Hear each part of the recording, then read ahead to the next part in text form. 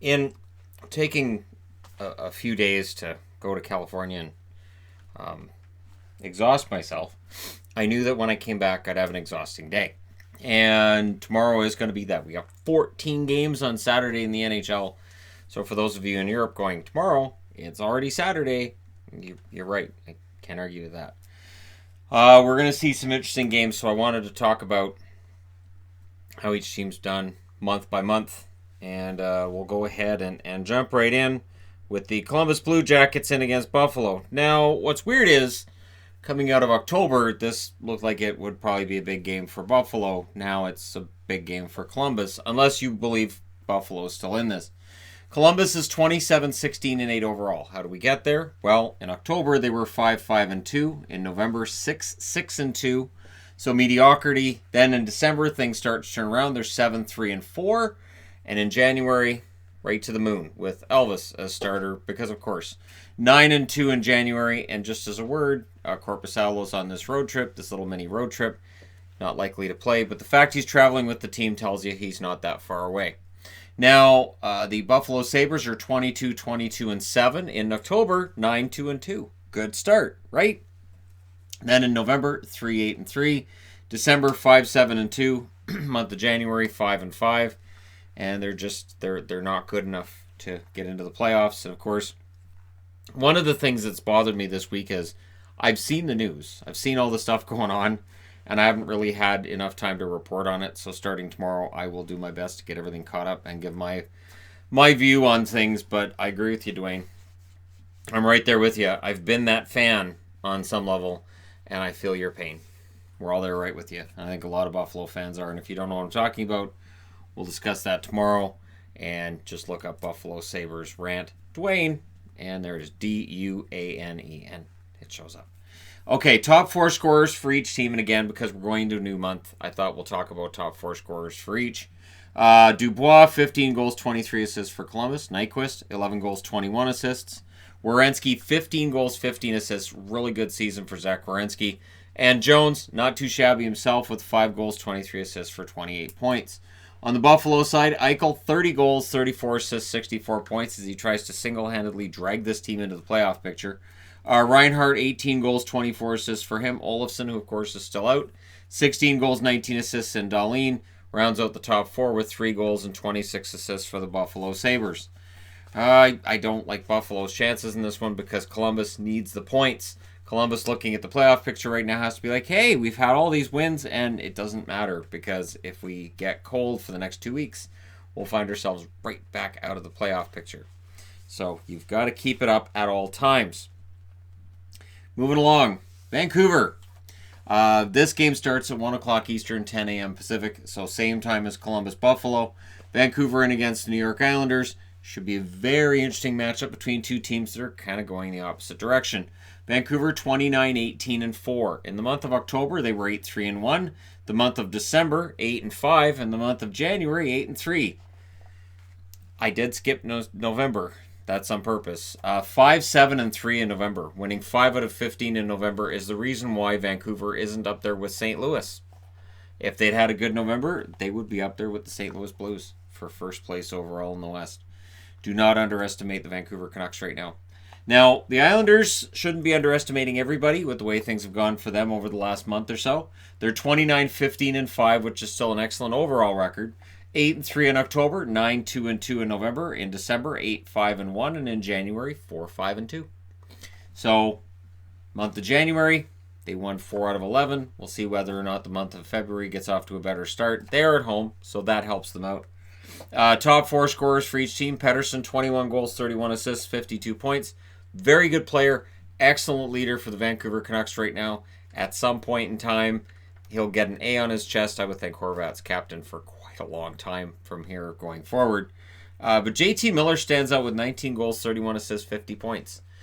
Who had Miller getting 60-plus points this year? I didn't. I'm not going to lie and say that I did. Besser, 16 goals, 28 assists. Horvat, 17 goals, 27 assists. They both have 44 points.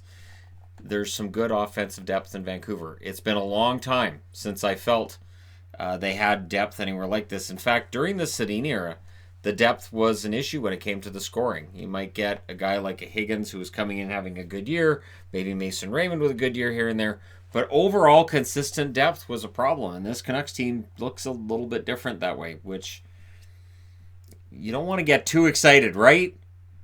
Right? And there are a lot of Canuck fans going, I'm trying to keep my head about this, but this team looks pretty good. And 8-3 in January, that's a pretty strong month.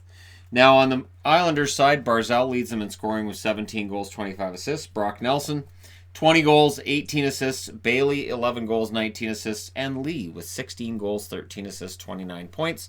Anders Lee, not a bad season himself. So, we'll see if Vancouver can get off to a victorious start to February. Again, other than November, they've been excellent. It's just, it was that whole month of November that, yeah, it was a rough month. All right, moving along. Florida. The Florida Panthers also coming off of an excellent January. This game will start at 11 a.m. Pacific, 2 p.m. Eastern. They're in against the Montreal Canadiens, who in January, not a great month. And for the Montreal Canadiens, they're in an uncomfortable position right now. What are they going to do headed to the deadline? Now, in the month of October, the 28-16-5 Florida Panthers were 6-3-4. So not a fantastic start. November got better, 7-5-1. December 7-6, and January 8-2. They're peaking at the right time, I hope. I say I hope because if they falter in February and March, they find themselves right back out of it. On the Montreal side, to get to 23-22-7, they were 7-4-2 in October, 4-5-4 in November. So much like Vancouver, they'd like to forget November happened. In the month of December, 7-7, and in the month of January, 5-6-1, as Bear makes a very quick appearance and then runs off again. So 5-6-1 in January for the Montreal Canadiens, and we'll see whether or not they can put some wins together in February. They currently sit one win ahead of the Buffalo Sabres as these two teams try to keep themselves in the picture. Top four scorers for each team. Huberdeau, 18 goals, 47 assists, 65 points for Florida. Fantastic year he's having. Barkov, 16 goals, 38 assists, 54 points. Dadonov, 23 goals, 17 assists, 40 points. And Hoffman, 18 goals, 22 assists, 40 points. On the Montreal side, Tatar, 18 goals, 28 assists, 46 points. Dano, 12 goals, 25 assists, 37 points. Max Domi, 12 goals, 22 assists for 34 points. And Brendan Gallagher, 16 goals, 17 assists, 33 points. And if he can get his goal scoring up to where we know he can get it, Montreal absolutely could still be in the hunt. And of course, a lot of it with Montreal is going to revolve around that goaltender there is Carey Price, who when he's good, he's pretty good. Pretty darn good goaltender. That being said, moving along. The Ottawa Senators in against Toronto as the evening game starts. So these three games I will review early. The other 11, as Bear's back for another brief appearance, I would imagine. The other 11 I will review later on in the day. And I'm going to try to get other video stuff done that I've wanted to do videos on this week, like the whole Seattle rumor and what are they going to call the team, and my opinion on that as well. So look for all that tomorrow. Ottawa, 18-24-9 overall. And there she goes. Remember, cats don't take directions, so I can't have trained her to do this. 18-24-9 for Ottawa in the month of October. 3-7-1. Month of November was a good month for them. 8-8. December, 5-4-4. And January that just finished, 2-5-4. So they're failing at the right time, right? Because that number one draft pick, they want it to be a really good player. And right now it looks like it should be. On the Toronto side, they're 27-17-7. Month of October, and she's back again. Month of October, 6-5-3 for Toronto. Month of November, 7-6-1. She might be excited that we're home. On the December side, 9-3-1. And in the month of January, 5-3-2. Get out of the pizza. Hey. Yeah, that's right. So she's trying to do an end around to get to the pizza. I don't think so. I know her. She wants the cheese. January 5, she will eat the cheese off of the top of anything she finds. It's obnoxious. 5-3-2. It's like a kid. So Toronto, 5-3-2 in the month that just finished, and turning in the right direction right now. It feels like Toronto's on another upswing, and this is, I think, the season we can expect from them going out. I think you're going to have times where they look like a complete disaster, and everybody's talking about, maybe they need to rebuild, and then they're going to go on these hot streaks where people go, you know what? maybe they don't need to worry about it, and maybe they're challengers after all. Maybe they're contenders for this whole cup thing. I have no idea which way it's going to land. All I know is it's very entertaining to watch Toronto. Scoring leaders for Ottawa. Duclair, 21 goals, 13 assists for 34 points. Brown, 10 goals, 23 assists, 33 points. Pajot, 20 goals, 12 assists for 32 points. And Tyler Ennis, 13 goals, 17 assists, 30 points. Former Toronto Maple Leaf, same as Connor Brown. We'll see whether or not they have any magic against Toronto. Again, Toronto has to be careful because Ottawa does defeat them on some occasion. Toronto, their scoring leader, of course, is Austin Matthews, 36 goals, 24 assists for 60 points. This kid's pretty good. Marner, 13 goals, 37 assists, 50 points. Nylander, 24 goals, 22 assists, 46 points. He's been scoring goals at an excellent clip lately. Tavares, 18 goals, 23 assists, 41 points for the Toronto Maple Leafs. So the overall scoring for Toronto has been excellent, and we'll see whether or not Ottawa has the answer for that tomorrow night. That being said, I now need to change boards. Now, much like the Ottawa game, all 4 games on this board will start at 4 o'clock Pacific, 7 o'clock Eastern, beginning with the New York Rangers in against Detroit. So these teams met each other tonight. They meet each other again tomorrow. Should be quite the game. The 24, 21, and 4 New York Rangers have to keep in mind this is a road game. They have their next, I think it's their next 3 are at home. So they're in a part of the schedule where if they're going to become relevant, if they're going to make their general manager think twice about moving a Chris Kreider, this is that stretch of the schedule where they might be able to do that. In October, they were 4-5-1. They then went 9-4-2 in the month of November. December 6-7-1, and in the month of January 5-5 overall. So for the New York Rangers, it is that really thin line between, are they going to make a push? Are they going to have some faith in the roster, or are they just going to send out some rentals and wait till next year? On the Detroit side, 12-36-4. They've been waiting on next year since October when they were 4-8-1. It didn't get better. 3-11-2 in the month of November. 3-9 in the month of December. January, new low point, 2-8-1. Yeah. So this is a low point for Detroit. Again, it feels like the 80s all over again, and before Yzerman, 80s. So scoring leaders, Panarin, 27 goals, 43 assists for 70 points. Amazing season for Panarin. Strome, 12 goals, 31 assists. He's still second in scoring, but Zibanejad's going to pass him. He has 19 goals, 23 assists, 42 points in less than 42 games. D'Angelo, 12 goals, 27 assists, 39 points. He may end up being top 3 in scoring by the end of the year as well. On the Detroit side, Larkin's their leading scorer with 13 goals, 24 assists for 37 points. Worthy of note, wouldn't be top 4 in the Rangers in scoring.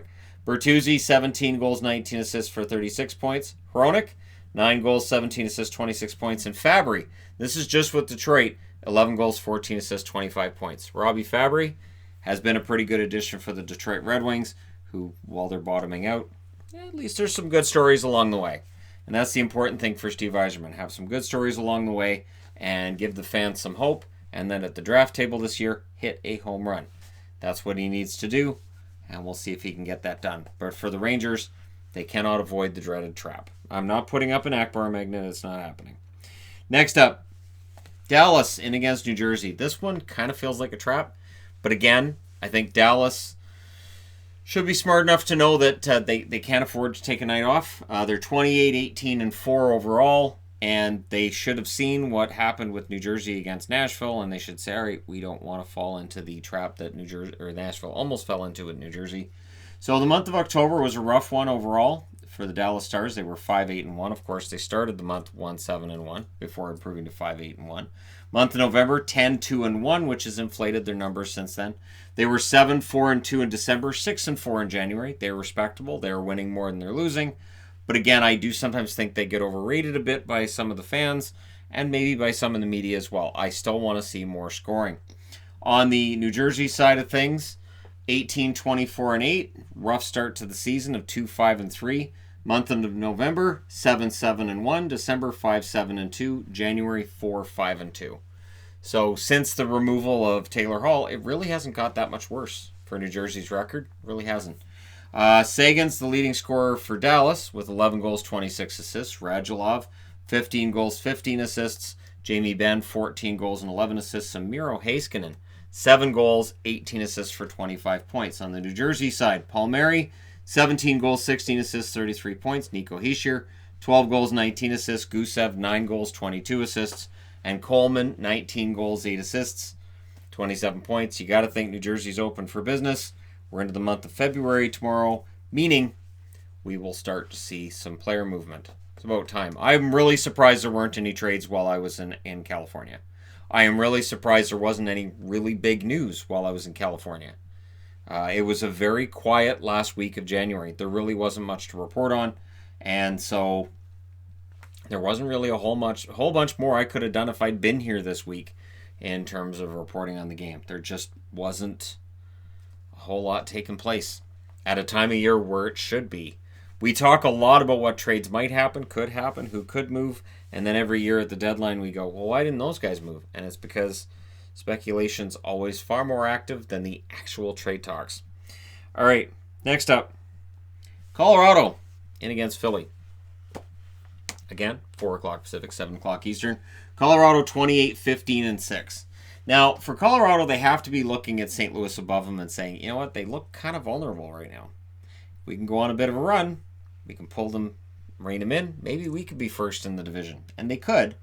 8-2-2 in the month of October. They were 8-6 in the month of November. And it's been a little bit more of a slog for them since then. 7-5-2 in December. 5-2-2 in January for Colorado.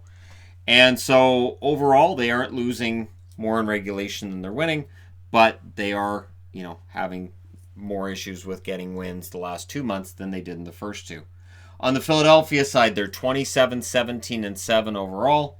Month of October, 5-5-1. Month of November, 10-2-4. December, 7-6, and this month, 5-4-2. So they did win 5 out of 11. Means they lost 6 out of 11, although 2 of those were in extra time. And we'll see if Philadelphia is going to be a team that has a very good record and still ends up missing the playoffs. It's going to happen to somebody in the East. Could be Toronto, could be Florida, could be Carolina, could be Philly. We'll likely see a couple of pretty good teams end up missing the playoffs in the East. Now, leading scorers for the Colorado Avalanche, McKinnon, 30 goals, 42 assists for 72 points. Makar, 11 goals, 26 assists for 37 points. Rantanen, 15 goals, 19 assists, 34 points. And Burakovsky, 15 goals, 18 assists for 33 points. On the Philadelphia side, Konechny, 17 goals, 26 assists, 43 points.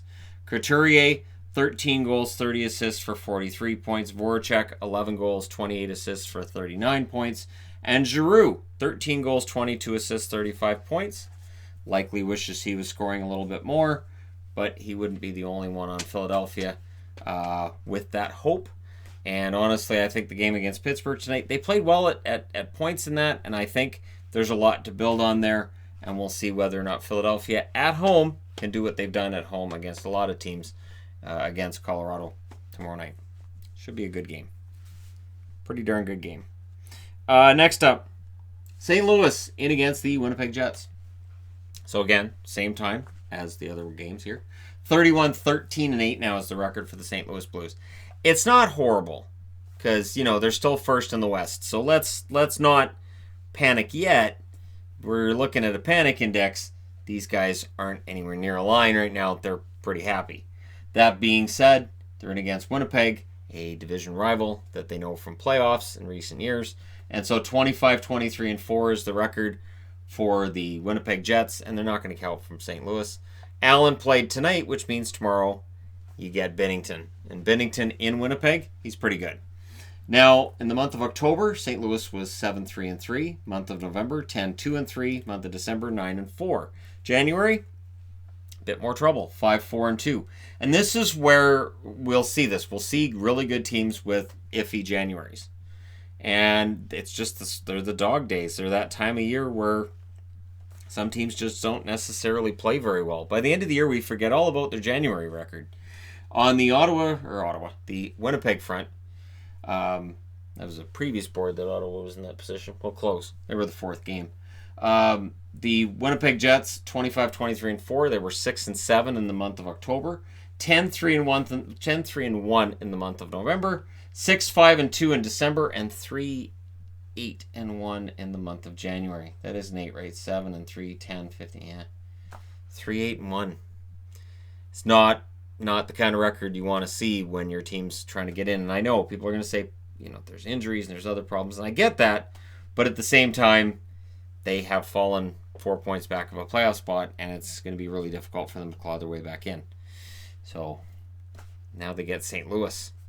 The good news for them is St. Louis has been a long road trip for them, and Winnipeg's towards the end of this. So maybe Winnipeg could take advantage of a team that's playing its second game in 2 nights. We'll see. That being said, Winnipeg's playing their second game in 2 nights as well.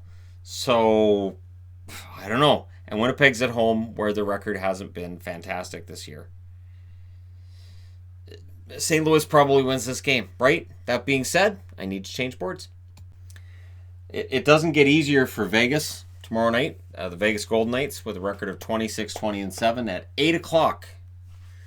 8 o'clock Eastern, 5 o'clock Pacific. They will be in Nashville against the hard-charging Nashville Predators, who go back home with a record of 24-19-7 and are trying to get themselves back into a playoff spot that they haven't occupied in months. Now on the Vegas front, 8-5-1 in the month of October, 5-6-3 in the month of November, 9-4-2 in December, and in January, they managed 4 wins against 5 regulation losses and 1 loss in extra time. Vegas will be looking for a large bounce back this month, and they will be looking to do so against Nashville, who were 8-3-2 in October, 4-7-2 in November, 6-4-2 in December, and 6-5-1 in January. Nashville needs the consistency, and they need more scoring than what they've been getting. And better goal. There's a lot of things to look at with Nashville and say they need more consistency with. And I'm not sure you can just find one part of the roster. That being said, I'm wearing Nashville because it's Vegas' second game in 2 nights, and they won in Carolina. I could see them having a letdown against Nashville. Not only that, but Nashville's playing very well. Scoring leaders for Vegas: Pacioretty, 21 goals, 26 assists, 47 points. Stone also has 47 points via 18 goals, 29 assists. Riley Smith, 20 goals, 21 assists, 41 points. Marchessault, 17 goals, 18 assists, 35 points. A lot of the usual suspects when it comes to Vegas' top scorers. On the Nashville side, Yossi, 14 goals, 37 assists, 51 points, having an excellent season. Forsberg, 18 goals, 19 assists, 37 points. Duchesne, 11 goals, 23 assists, 34 points. They do want more from him, and I think with Johansson as well, 11 goals, 19 assists, 30 points. If they start putting up those points and goals consistently, it will go a long way to getting Nashville not just into the picture where they are now, but into an actual top 8 spot in the West. And that's the key. Get a top 8 spot in the West. In Nashville's case, number 2 wild card would be just perfect. They've ridden the wave from that before. And for Vegas, the Pacific is so tight, every single game is a playoff game now. I was hearing that tonight from the announcers, and I got to agree. Every game featuring one of those top 5 teams in the Pacific feels like a playoff game. So when they lose, you can really feel it. That being said, moving on to the next one, which is Boston in against Minnesota. And I had to apologize to Yvonne tonight. So I watched Boston beat Winnipeg, and I was like, Winnipeg probably deserved that game. Now they're going into Minnesota, and I'm thinking it's probably going to happen again. Boston's probably going to play one of those games where they get just enough goals. Power play may very well be the difference. And Minnesota comes out on the rough end of a game that they probably should win.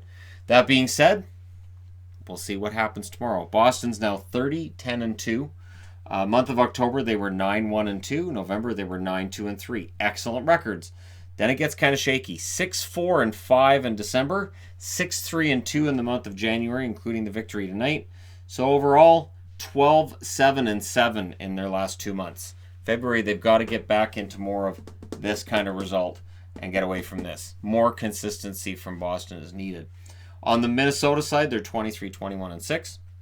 They were sunk by October. 4-9 was the record in October. Other than that, they've been decent. November, 7-2-4. December, 8-6-1. And January, 4-4-1. It's that month of October sunk their season. And It's still a young enough season that they can get back into this and they can make it interesting, but it's going to be tough. There's so many teams in and around that same spot they're in. Scoring leaders for Boston, Pasternak's 37 goals, 35 assists, 72 points. Marchand, 21 goals, 45 assists, 66 points. Bergeron, 22 goals, 20 assists, 42 points. And Krejci, 12 goals, 22 assists, 34 points. On the Minnesota side, Stahl, 17 goals, 21 assists, 38 points. Ryan Suter, 7 goals, 28 assists, 35 points. Parise, 19 goals, 13 assists, 32 points. And Jason Zucker, 14 goals, 14 assists, 28 points.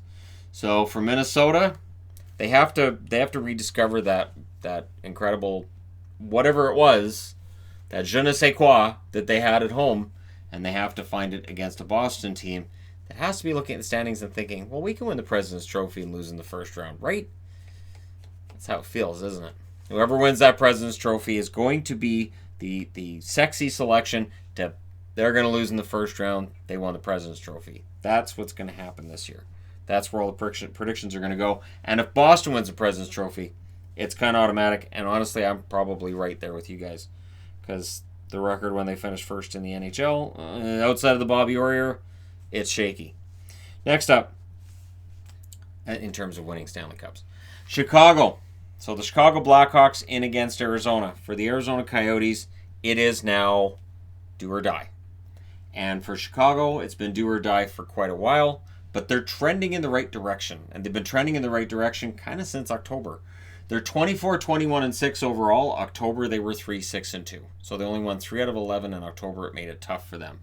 November, 7-5-3. December, 8-6-1. And January, 6-4. They're winning more than they lose.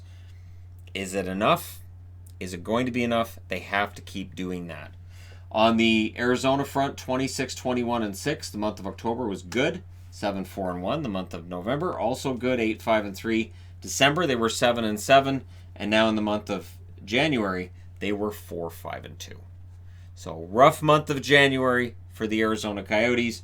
And we'll see whether or not they can pull out of this. Because if Arizona misses the playoffs, that could set off a whole cavalcade of I'm not going to say panic because there isn't any with the Arizona Coyotes, but it would be a large disappointment if this team did not finish in the playoffs. And with the way Nashville's playing, there's going to be likely a pretty good team in the West that misses the playoffs. We're just at that stage where in the National Hockey League, you're going to have good teams miss the playoffs. On the Chicago side, when it comes to scoring, Patrick Kane, of course, leads this team. 25 goals, 38 assists for 63 points. Taves, 14 goals, 30 assists, 44 points. DeBrincat, 12 goals, 23 assists, 35 points. Kubalik, 21 goals, 11 assists, 32 points. Not bad for a rookie. On the Arizona side, Schmaltz, 8 goals, 30 assists, 38 points, leads the team.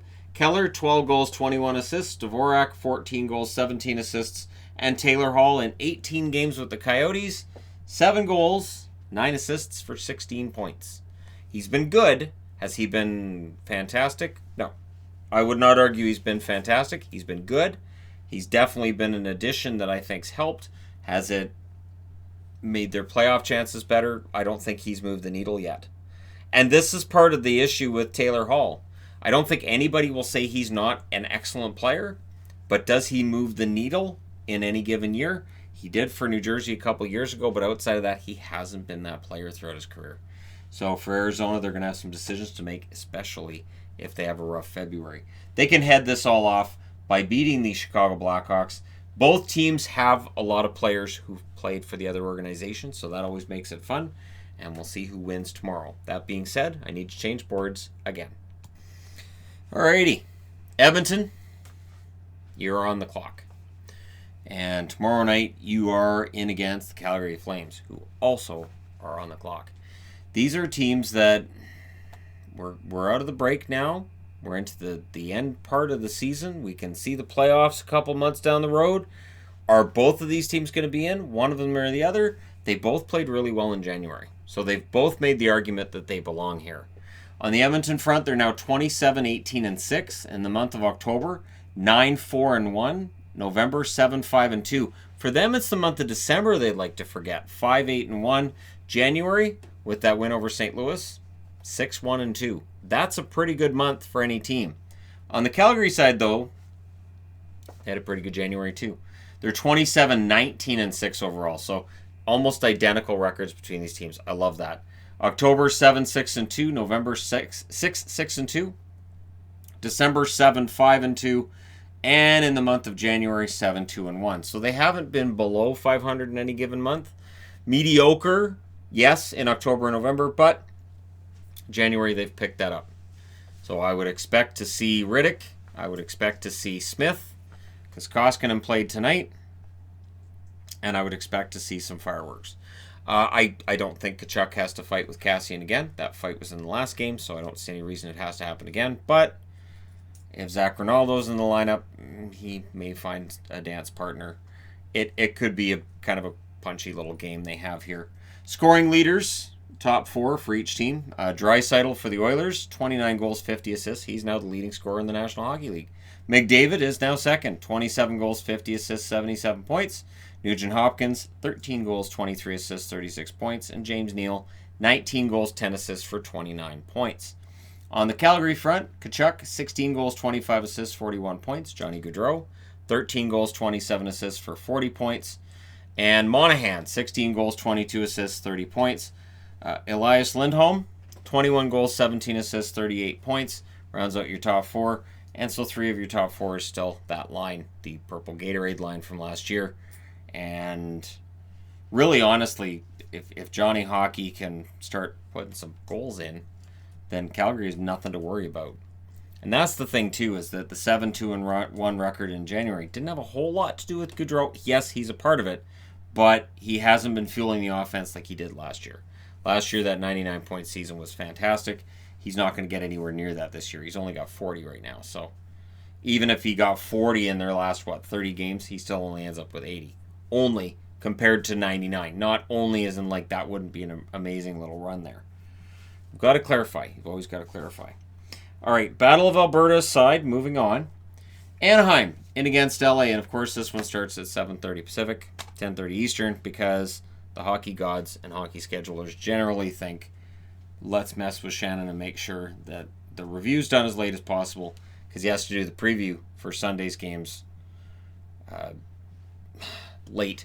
So that way he has to do them at night rather than in the morning, and there you go. And it's Super Bowl Sunday, so good luck getting ratings for that in the States. Whatever games you're playing. That's why all the Sunday games are early, though, right? So Anaheim's in against LA, and this Battle of California, I guarantee there's going to be some fisticuffs of some sort. Whether it's an actual fight or not depends on whether or not Deslauriers actually fights in this one. He didn't fight in the game I watched, so I'm still kind of disgusted with him about it because I was waiting on it, and then it didn't happen. In a month of October, Anaheim was 8-6. Month of November, 3-6-4. Month of December, 5-7-1. And this month, 4-7. The pride's still there in Anaheim, just the results aren't. Now, on the LA front, they're 19-28-5. And I know LA fans are very sensitive about the way I've talked about the Kings. I'm going to say this. They're not scoring enough. So, yes, the defensive numbers have been good. That was never really the consideration with LA, was whether or not they can play defense. It's whether or not they can score. So, in the month of October, they were 4-9. That hurts when you start the season with a bad month. 7-5-2 in November. 6-7-2 in December. January, they went off a cliff again. 2-7-1. So, again, I know the defensive numbers have been decent, but when you only win 2 games in a month, that's still kind of falling off a cliff. Scoring leaders for the Anaheim Ducks. Getzlaf, 11 goals, 24 assists, 35 points. Raquel, 13 goals, 17 assists for 30 points. Silverberg, 15 goals, 14 assists, 29 points. Henrique, 17 goals, 10 assists, 27 points. He had 2 goals in the game I watched. Pretty good hands on that guy. On the LA side of things, Kopitar, 17 goals, 29 assists, 46 points. Iafallo, 14 goals, 17 assists, 31 points. Coming off his hat trick, of course. Toffoli, 13 goals, 15 assists, 28 points. And Doughty, 6 goals, 21 assists, 27 points. We talk a lot about Carlson's contract in San Jose. At what point are we going to talk about Doughty's with the Kings? The number's about the same.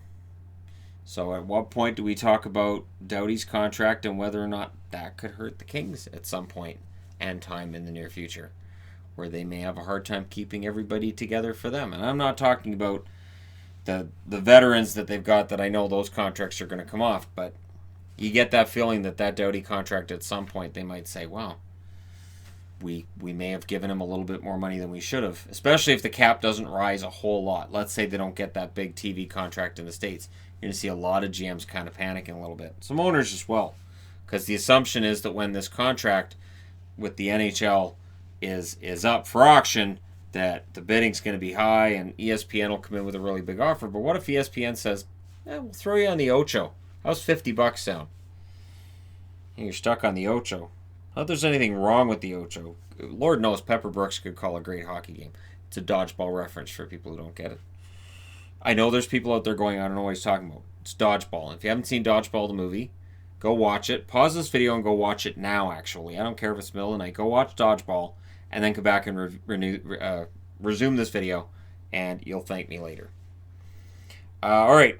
Last one. Last but not least, I promise.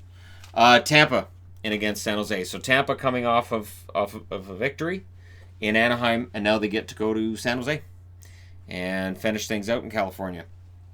So 31-15-5 is the overall record for the Tampa Bay Lightning. They are going to be a playoff team. They are going to have home ice, and we're all going to act like we're surprised when it happens. October, they were 6-4-2. November, 6-5-1. Remember those 2 months. 12-9-3 after 2 months of the season, and it looked like not really that good.